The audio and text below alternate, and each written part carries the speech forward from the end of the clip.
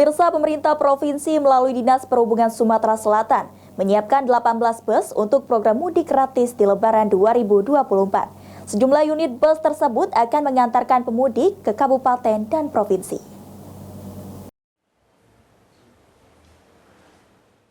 Pemerintah Sumsel melalui Dinas Perhubungan Sumsel menyiapkan sebanyak 18 unit bus untuk program mudik gratis di tahun 2024.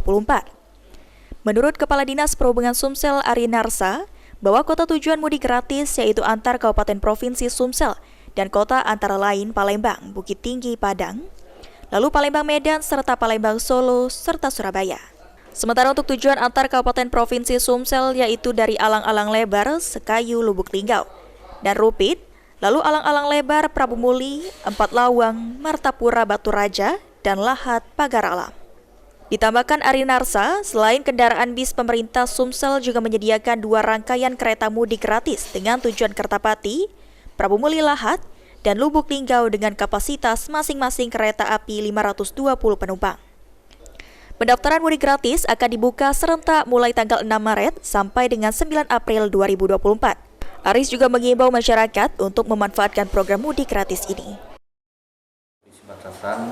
Menyediakan 18 bus untuk mudik gratis dan juga 2 rangkaian kereta api untuk mudik gratis.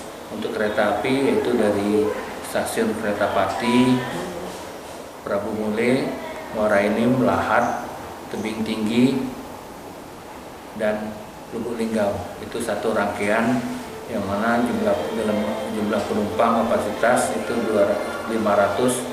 Dan juga Kertapati, Prabu Muli, Batu Raja, Martapura, Kota Bumi, dan Tanjung Karang itu juga 1 rangkaian dengan jumlah penumpang 520. Jadi total itu 1040 orang.